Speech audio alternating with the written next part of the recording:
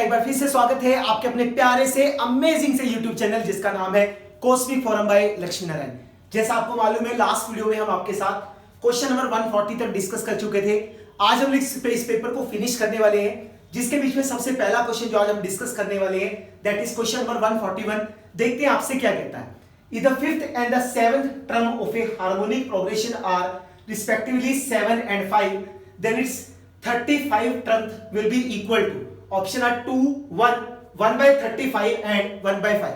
Very simple question. अगर आप लोगों को थोड़ा सा HP के बारे में नॉलेज है, जैसा आप लोगों को मालूम है कि जो HP होती है that is the reciprocal of AP, है ना।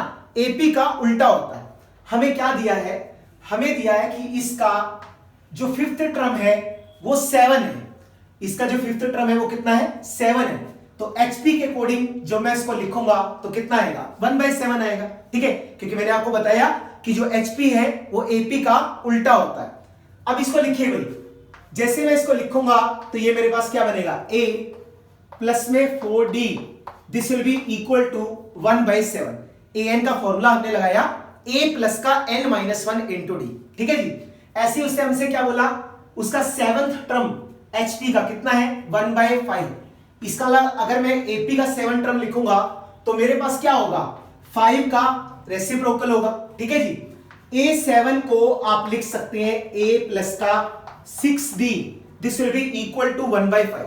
यहां से मुझे क्या करना है, A और D का वैल्यू निकालना है। जैसे हम निकालते हैं तो जैसे आप इसको लिखेंगे माइनस माइनस माइनस कैंसिल हो गया, 4 में से 6 जाएगा, माइनस का 2D 1/7 माइनस 1/5। हम लोगों ने इसका एलसीएम लिया तो 35 आ गया। This is 5 minus 7। ठीक है जी। तो अब लिखेंगे माइनस का 2D this will B minus 2/35। इसको मैंने कैंसिल किया तो कैंसिल करके आपको D का वैल्यू मिलेगा 1/35। इस D की वैल्यू को पुट कर दो इस इक्वेशन में। हमारे पास क्या आएगा, A प्लस में 4 into 1/35 is equal to 1/7। So the value of A will be 1/7 minus 4/35। जैसे हमने 35 LCM लिया, you are getting it to be 5 minus 4. So the value of A this will comes out to be again 1/35। मुझे क्या चाहिए, 35 term. अब मैंने क्या किया, AP का 35 टर्म निकाल लिया। निकाल सकते हैं ना। तो क्या आएगा, A प्लस में 35 माइनस 1 इंटू में D हो जाएगा। ठीक है जी। A का वैल्यू कितना है मेरे पास, A का वैल्यू है 1/35। 35 में से 1 जाएगा 34 और D का वैल्यू कितना है, 1/35। तो अब आप यहां से देख सकते हैं 1/35 प्लस में 34/35। So A 35 will be equal to 35/35, जिसको कैंसिल करके 1 आ गया। इसका मतलब AP का 35th टर्म 1 है। मुझे किसका निकालना है, मुझे निकालना है 35th टर्म ऑफ HP का 35th टर्म क्या आएगा, जो ये टर्म है इसका रेसिप्रोकल कर दो। तो जैसे मैं 1 का रेसिप्रोकल करूंगा कोई फर्क नहीं पड़ेगा, हमारा आंसर 1 के बराबर आ जाएगा। ठीक है। तो आप यहां से देख सकते हैं ऑप्शन नंबर बी।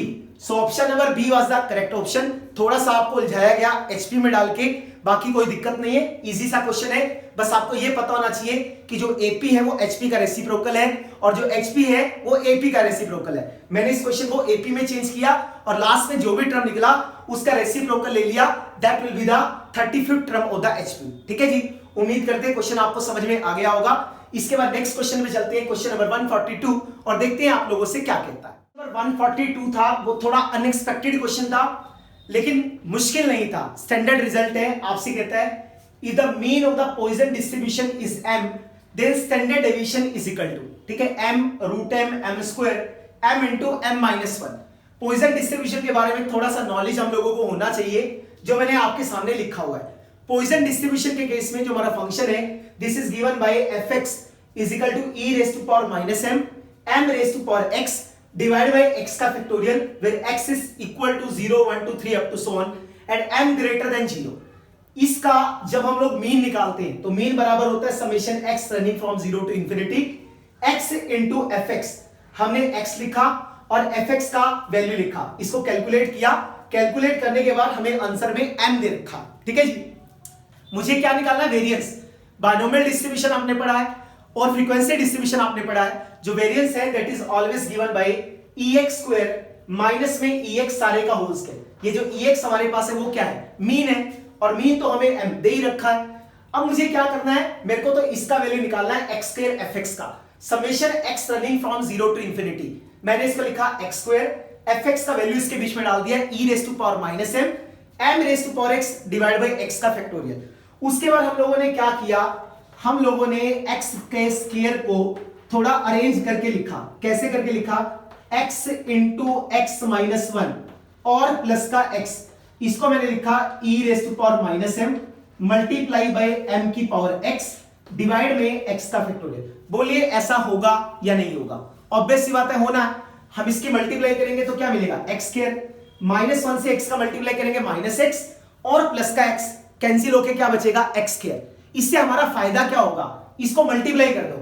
जैसे आप इसकी मल्टीप्लाई करेंगे हमें मिलेगा summation x running from 0 to infinity x into में x minus n 1 e raise to power minus m raise to power x divide by x का फैक्टोरियल। और इसकी मल्टीप्लाई जैसे मैंने किया, summation x running from 0 to infinity x e raise to power minus m raise to power x divide by x का factorial, यही होगा। इस वाले एक्सप्रेशन को आप ध्यान से देखिए, अगर मैं इस वाले एक्सप्रेशन को ध्यान से देखूंगा तो इसकी वैल्यू मेरे पास कितना है, m है।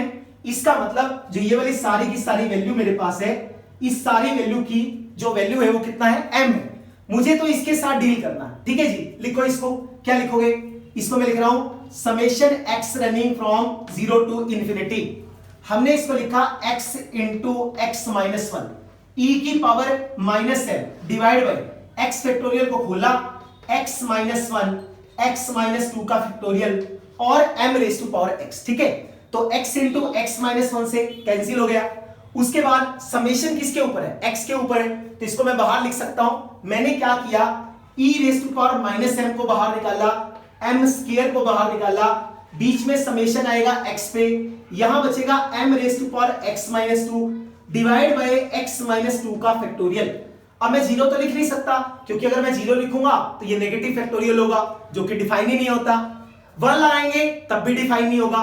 तो हमने क्या किया, 2 से लेकर इंफिनिटी तक लिख दिया, ठीक है भाई, 2 से इंफिनिटी में डिफाइन होगा। जब आप इसमें 2 वैल्यू पुट करेंगे x की जगह पे तो हमारे पास आएगा 1 डिवाइड बाय 0 फैक्टोरियल, 0 फैक्टोरियल 1 होता है। जब आप इसमें x की जगह पे 3 लगाएंगे तो हमारे पास बचेगा m बाय 1 फैक्टोरियल। जब आप 4 लगाएंगे तो बचेगा m स्क्वायर बाय 2 फैक्टोरियल। इसका मतलब ये सारा का सारा e raise to power m minus 2 का एक्सपेंशन बनेगा। तो लगा दो भाई, क्या बनेगा, इसको हमने लिखा e raise to power minus m, ये हमारे पास क्या बना, m स्क्वायर, और जो ये वाली सारी चीज है, ये वाली सारी चीज हमारे पास e raise to power m का एक्सपेंशन बनता है। तो इसको मैंने लिख दिया e raise to power m। तो ये इससे कैंसिल हो जाएगा, तो हमारे पास बचेगा क्या, हमारे पास बचेगा m स्क्वायर और लास्ट में वो क्या था, प्लस का m। इसका मतलब ex स्क्वायर का वैल्यू मैंने निकाल लिया m स्क्वायर और प्लस का m। जो ex का स्क्वायर है इसका नाम मीन का स्क्वायर, मीन मेरे पास कितना गिवन है, m गिवन है, तो मैंने इसको लिख दिया minus m square. m square से m स्क्वायर कैंसिल हो गया, तो आप यहां से देख सकते हैं कि जो इसका वेरिएंस मेरे पास है वो m के बराबर है।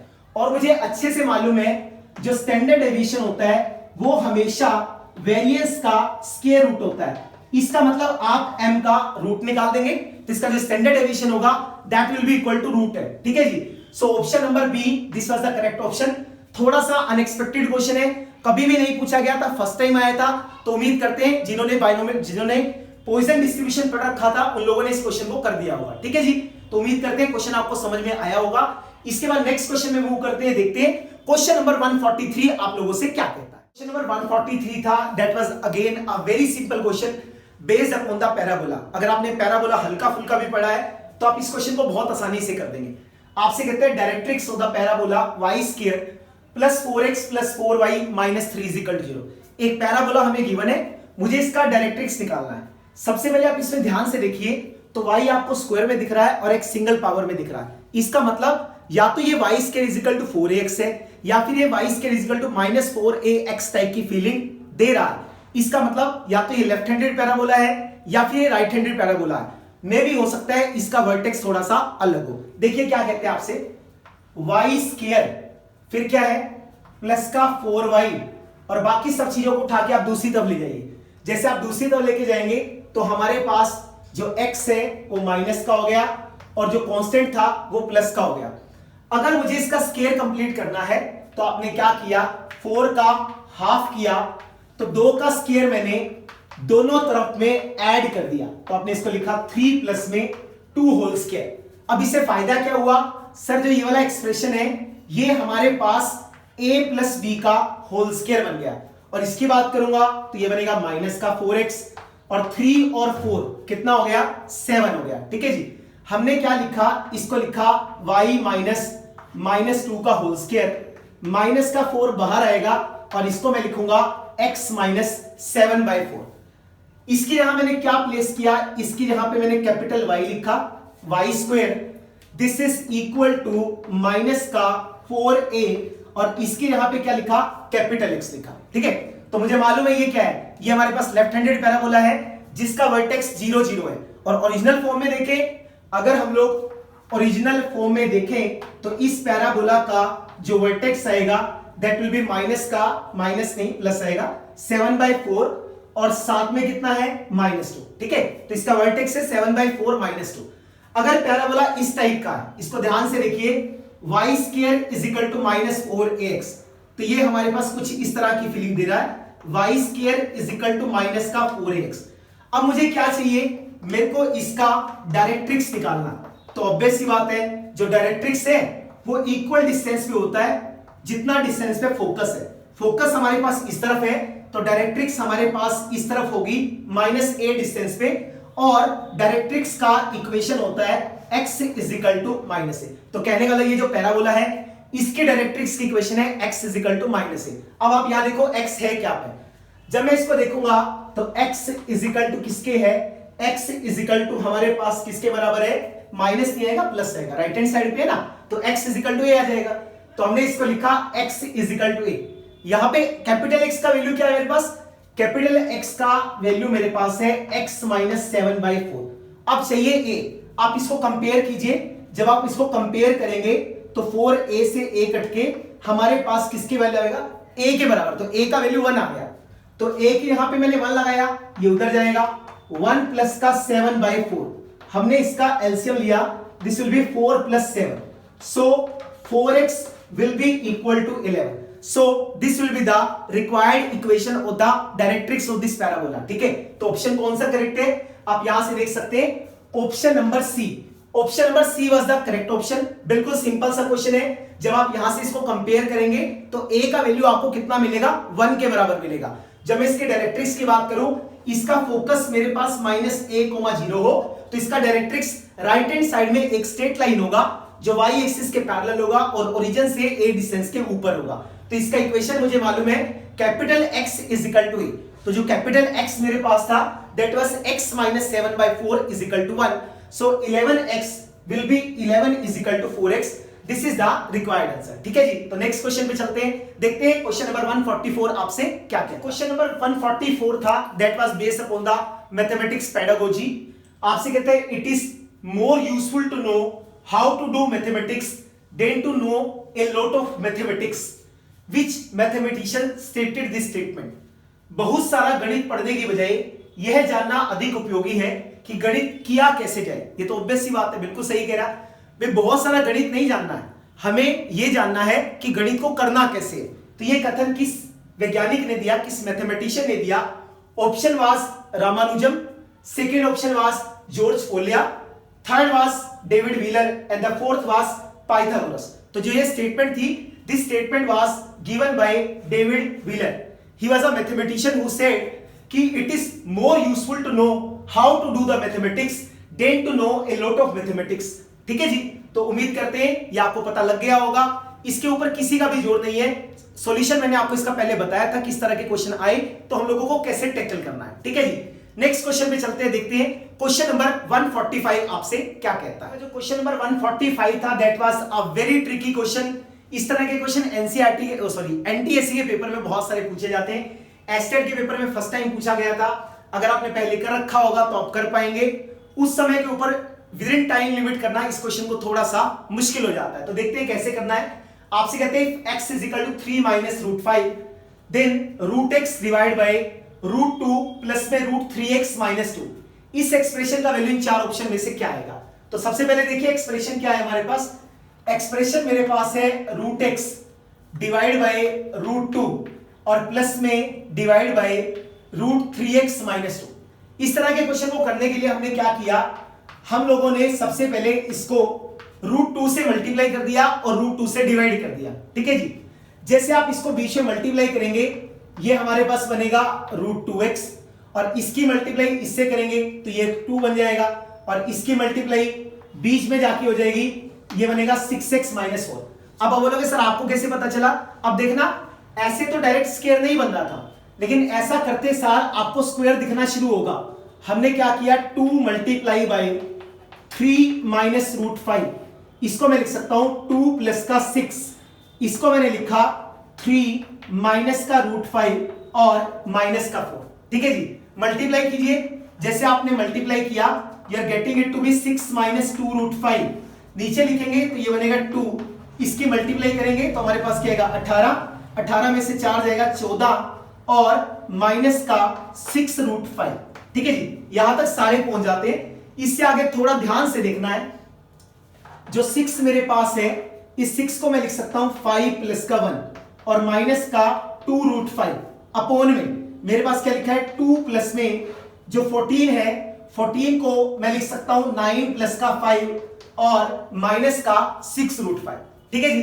अब ध्यान से देखिए बेटा, जो हमारे पास ये 5 है, ये 5 हमारे पास क्या बनेगा, इस 5 को मैं क्या लिख सकता हूं रूट 5 का होल स्क्वायर, तो ये मेरे पास बनेगा रूट 5 का होल स्क्वायर प्लस 1 का होल स्क्वायर और माइनस का 2 मल्टीप्लाई रूट 5 मल्टीप्लाई 1। ऐसे इसको लिखेंगे तो ये मेरे पास बनेगा 2 प्लस में दिस विल बी 3 का होल स्क्वायर प्लस में रूट 5 का होल स्क्वायर माइनस का 2 मल्टीप्लाई 3 मल्टीप्लाई रूट 5। ठीक है जी।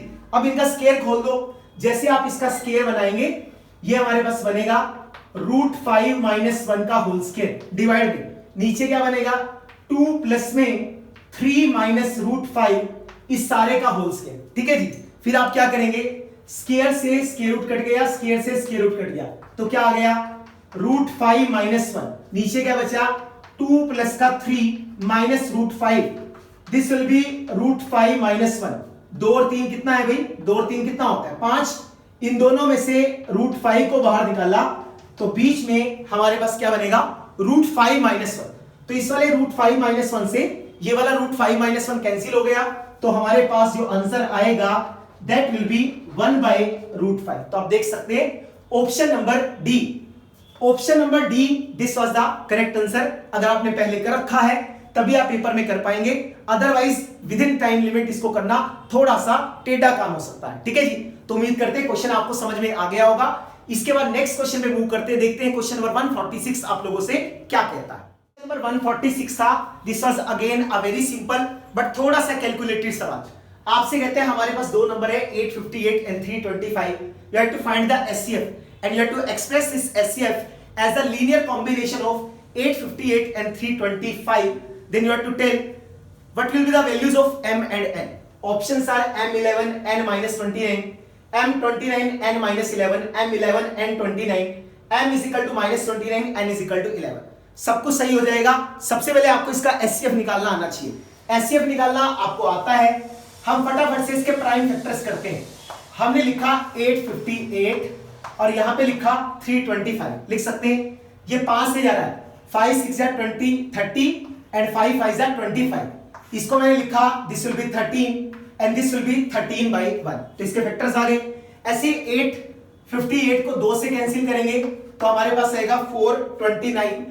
ये किससे जाएगा 9 और 2 11 और 4 15, 3 से 3 1 जा 1 4 एंड 3, ये 13 से जाएगा 13 11 11 और 1। अगर आप इसको ध्यान से देखोगे तो आपको इसके बीच में सिर्फ और सिर्फ 13 कॉमन आता दिख रहा होगा। ठीक है, 13 वाला फैक्टर ऐसा है जो दोनों में आ रहा है और एचसीएफ यही होता है जो दोनों का कॉमन मल्टीपल होता है। ठीक है, तो इसका एचसीएफ कितना आएगा 13 आएगा। अब आपको क्या करना है 858 प्लस में 325 9, this will be equal to 13। अब आपको थोड़ा सा ध्यान से दिमाग लगाना है कि m और n की जगह मैं क्या वैल्यूज पुट करूं कि मेरा आंसर 13 आएगा।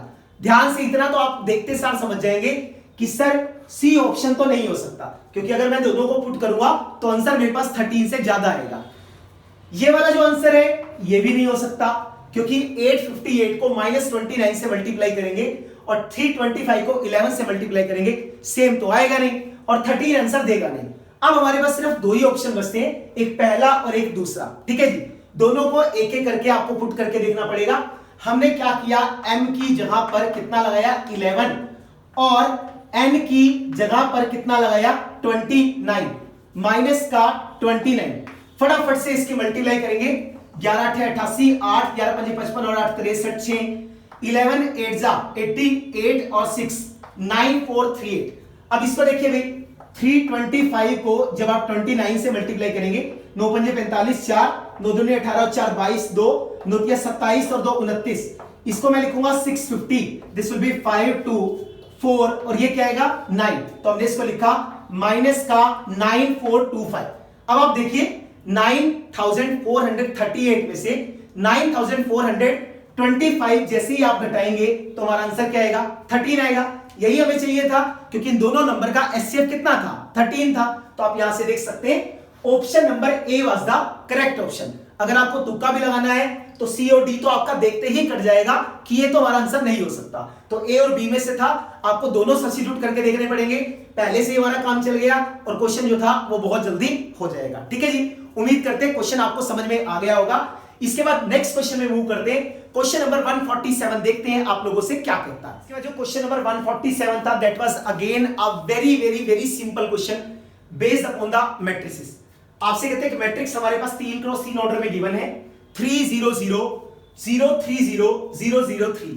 What is asking, you have to find the value of a raise to power 5। Options में गिवन है 243a, 81a, 27a एंड 9। इस क्वेश्चन को कैसे करेंगे? आपको मालूम है जब हम लोग मैट्रिक्स में से कॉमन लेते हैं, हर एक रो में से कॉमन आता है, पूरी की पूरी मैट्रिक्स में से कॉमन निकलेगा 3, बीच में बचेगा 1 0 0 0 1 0 0 0 1। ये आ गया। तो हम यहां से देख सकते हैं कि a मेरे पास 3i के बराबर आ गया। मुझे क्या चाहिए, मुझे चाहिए a रेज़ टू पावर 5। इसका मतलब 3i raise to power 5, this will be 3 raise to power 5 और i रेज़ टू पावर 5। 3 को 5 बार मल्टीप्लाई करेंगे, 3 को 5 बार मल्टीप्लाई करेंगे 243। और आइडेंटिटी को जितनी मर्जी बार मल्टीप्लाई करें आंसर हमेशा आइडेंटिटी आता है, ये सबको मालूम है। ठीक है जी, अब मुझे क्या करना था, मुझे a की टर्म्स में एक्सप्रेस करना है। a मेरे पास क्या है 3i, तो आप क्या करोगे 81 को बाहर निकालिए और मल्टीप्लाई में लिख दीजिए 3i। क्या मैं लिख सकता हूं? Yes sir. 3i का वैल्यू क्या है a, डाल दीजिए इसमें, this will be equal to 81a।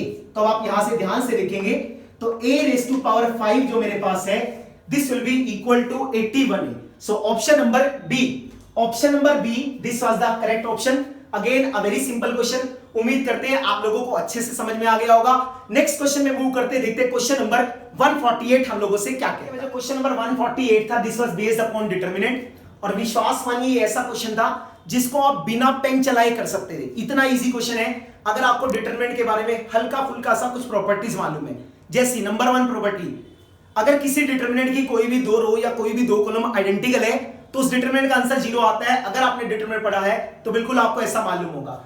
आप सारे ऑप्शंस को ध्यान से देखिए, सब में 0 दिख रहा है, तो इसका 0 तो आंसर आएगा ही आएगा, क्योंकि जैसे मैं 0 सब्स्टिट्यूट करूंगा तीनों रो आइडेंटिकल हो जाएंगी, आंसर 0 आ जाएगा। ठीक है जी, तो 0 तो आंसर आएगा ही आएगा। अब थोड़ा सा रहेगा 3 -3 और 1 के साथ। अगर आप थोड़ा सा ध्यान से देख पा रहे हो, अगर मैं फर्स्ट कॉलम में सेकंड और थर्ड कॉलम को ऐड कर दूं, कहने वाला C1 के प्लेस पे C1 + C2 + C3 कर दूं, उससे क्या हो जाएगा, पहले कॉलम में जैसे आप एलिमेंट को ऐड करेंगे, this will B x + 3 x + 3 x + 3। यहां क्या बनेगा 1x + 1 1 1 1 1 + x, this will B 0। x + 3 को मैंने बाहर निकाल दिया, 1 1 1 बन गया। आपको मालूम है जैसे ही 1 1 1 मेरे पास बनेगा, जैसे ही मेरे पास 1 1 1 बनेगा, हम लोगों को क्या करना पड़ेगा, R2 के प्लेस पे R2 - R1, R3 के प्लेस पे R3 - R। और यहां से देख सकते हो आप x + 3 0 होगा। चलो प्रॉपर्टी लगाते हैं। पहले हमने क्या किया, R2 के प्लेस पे R2 - R1, ये सिर्फ आपको समझाने के लिए लिख रहा हूं। अन्यथा तो देखते ही समझ में आ जाता है क्या है। हमने इसको लिखा, क्या बन गया 1 1 1, इसको कैंसिल किया 0 x 0, इसको कैंसिल करेंगे 0 0 and this will be equal to x। अब आप इसको एक्सपेंड कर दीजिए, जैसे आप इसको एक्सपेंड करेंगे तो हम लोगों को क्या मिलेगा, आपको मिलेगा x प्लस का 3। फर्स्ट कॉलम से जब हम इसको एक्सपेंड करेंगे हमें मिलेगा x square, this will B 0। तो आप देख सकते हैं x स्क्वायर 0, x प्लस का 3 विल बी 0, तो x का वैल्यू 0 और x का वैल्यू -3। तो दो ऑप्शन आ रहे हैं, कौन कौन से, 0 और -3। सो option number see this was the correct option. लिखना भी पड़ेगा तो आप ऐसे लिख के इसको कर सकते हैं, वरना आप वैल्यू डाल के डायरेक्टली डिटरमिनेंट भी चेक कर सकते हैं कहां पे आंसर 0 आ रहा है। तो दो ही ऑप्शन थे, 0 और -3, ठीक है जी। So option number C was the correct option. उम्मीद करते हैं क्वेश्चन आपको समझ में आ गया होगा। नेक्स्ट क्वेश्चन में मूव करते हैं, क्वेश्चन नंबर 149। देखते हैं आप लोगों से क्या कहता है। क्वेश्चन नंबर 149 था, that was again a very simple question based upon the centroid of A triangle. बिल्कुल इजी सा क्वेश्चन है, थोड़ा सा आपको नॉलेज होना चाहिए ग्राफ्स के बारे में। चंद सेकंडों में ये सवाल हो जाता है। आपसे कहते हैं you have to find the centroid of the triangle formed by the lines x is equal to 0, y is equal to 0 and x plus y minus 1 is equal to 0। फटाफट से हम देर नहीं करते, प्लॉट करते हैं। आपको मालूम है कि सर ये x है, x dash, y dash origin. सबसे पहले बोलता है x is equal to 0। आपको मालूम है जो y एक्सिस है उसकी इक्वेशन होती है x is equal to 0, जो x एक्सिस है इसकी इक्वेशन होती है y is equal to 0। और एक स्ट्रेट लाइन हमें साफ साफ दिख रहा है x plus y is equal to 1, तो x by 1 plus y by 1 is equal to 1। मैंने इंटरसेप्ट फॉर्म में चेंज किया। इंटरसेप्ट फॉर्म में चेंज करते सार आपको ऐसा दिखेगा, एक ऐसी स्ट्रेट लाइन जिसका x इंटरसेप्ट 1 है और एक ऐसी स्ट्रेट लाइन जिसका y के ऊपर इंटरसेप्ट कितना है 1, क्योंकि x इंटरसेप्ट भी 1 है और ये भी 1 है। ये वाले कोऑर्डिनेट 0 0 है। हमसे इस ट्रायंगल के सेंट्रोइड पूछ रहा है। 10th क्लास में हम लोगों ने फॉर्मूला पढ़ा था सेंट्रोइड का, x बराबर है x1 प्लस का x2 प्लस का x3 बाई 3। तो x1 कितना है आप देख पा रहे हैं 0 plus 1 plus 0 divide by 3, this will be equal to 1 by 3। ऐसे y निकालेंगे तो क्या आएगा y1 प्लस में y2 प्लस में y3 by 3 which is equal to 0 plus 0 plus का 1 बाई 3, सो द 1 बाई 3। ठीक है, तो आप यहां से देख सकते हैं कि जो हमारा सेंट्रोइड आएगा, this centroid will be equal to 1/3 comma 1/3 which is option number C. So option number C was the correct option. ये तो लिखने में समय लगा, नहीं तो भाई साहब 30 सेकंड से पहले ये सवाल हो जाता है। ठीक है जी, तो उम्मीद करते हैं क्वेश्चन आपको समझ में आया होगा। काफी इजी क्वेश्चन था। नेक्स्ट क्वेश्चन में चलते हैं, क्वेश्चन नंबर 150 और देखते हैं आप लोगों से क्या कहता है। फर्स्ट क्वेश्चन है question number 150। This was based upon increasing and decreasing functions. ठीक है, आपको थ्योरम मालूम है तो ये क्वेश्चन भी बहुत जल्दी होगा। आपको मालूम होगा किसी भी इंटरवल में कोई भी फंक्शन इंक्रीजिंग होगा या स्ट्रिक्टली इंक्रीजिंग होगा अगर उसका डेरिवेटिव 0 से बड़ा आता है ना। अगर f डैश x 0 से बड़ा है that means function is strictly increasing and if it is greater than equal to 0 then the function is increasing. इसका मतलब मुझे क्या करना है, इस फंक्शन का डेरिवेटिव निकाल के उसको ग्रेटर देन 0 कर देना। ठीक है, तो ये बहुत ही फेमस ही फॉर्म है किसका, डिफरेंशिएशन वाले चैप्टर में आपने पढ़ा होगा इसको, fx is equal to x की पावर x। जब हम लोग इसका डेरिवेटिव करते हैं लॉग वगैरह लेके, हम तो इसको डायरेक्ट फॉर्मूले की तरह यूज करते हैं x की पावर x इनटू में 1 प्लस का log x। ठीक है, ये इसका डेरिवेटिव है। अगर ये फंक्शन इंक्रीजिंग है तो इस फंक्शन के इंक्रीजिंग होने के लिए इस फंक्शन का डेरिवेटिव 0 से बड़ा होना चाहिए। ऑब्वियस सी बात है, x की पावर x तो 0 से बड़ा होता ही है, इसलिए अगर आप इस फैक्टर को हटा भी दें तो कोई फर्क नहीं पड़ता। ठीक है, चाहे आप इसके नीचे ले आओ और 0 को किसी भी नंबर से, पॉजिटिव नंबर से डिवाइड करेंगे तो कोई फर्क नहीं पड़ेगा क्योंकि ये पॉजिटिव ही है। तो हमने यहां से लिख दिया log x, this will B greater then -1। ठीक है जी, अब हमने क्या किया, दोनों तरफ एक्सपोनेंशियल फंक्शन ले लिया, क्योंकि एक्सपोनेंशियल फंक्शन इंक्रीजिंग फंक्शन होता है तो हम यहां पे ले सकते हैं और पॉजिटिव भी है, कोई फर्क नहीं पड़ेगा। e से log कैंसिल हो जाएगा तो x का वैल्यू बड़ा होना चाहिए किससे, e रेज़ टू पावर -1 से। आप ये कह सकते हैं x should be greater than 1/e और you can say x belongs to 1/e से लेकर इंफिनिटी। इसका मतलब ये फंक्शन स्ट्रिक्टली इंक्रीज करेगा अगर x का वैल्यू 1/e से इंफिनिटी में। ऑप्शन चेक करते हैं, अगर आप ध्यान से देखेंगे option number A. So option number A was the correct option. Again an easy question. अगर आपको हल्का सा थ्योरम आता है इंक्रीजिंग डिक्रीजिंग का, और अगर आपने पढ़ा होगा तो बिल्कुल आपको आता होगा, इसमें कोई प्रॉब्लम ही नहीं है। ठीक है जी, तो इसके साथ जो हमारा एस्टेट का जनवरी 2020 का सॉल्यूशन सीरीज था वो खत्म हुआ। हमने 6 पार्ट्स में इस पूरे पेपर को आपके साथ डिस्कस किया। उम्मीद करते हैं आपको पसंद आया होगा। अगर वीडियो अच्छी लगी हो तो वीडियो को लाइक करना बिल्कुल मत भूलिए। चैनल पर नए हैं, चैनल को सब्सक्राइब नहीं किया तो अभी के अभी जाके चैनल को सब्सक्राइब कर दीजिए। रेड कलर का बटन है उसको भी प्रेस कीजिए ताकि लेटेस्ट से लेटेस्ट वीडियोस का इंफॉर्मेशन आप तक जल्दी से जल्दी पहुंच सके। और आपके सपोर्ट का बहुत जरूरत है, क्योंकि जो आपका सपोर्ट है वही हम लोगों को मोटिवेट करता है और इस तरह का अच्छा काम करने का। ठीक है जी, तो इसी प्रकार हमारे से जुड़े रहिए। नेक्स्ट वीडियो में मिलेंगे, तब तक के लिए बेस्ट ऑफ लक।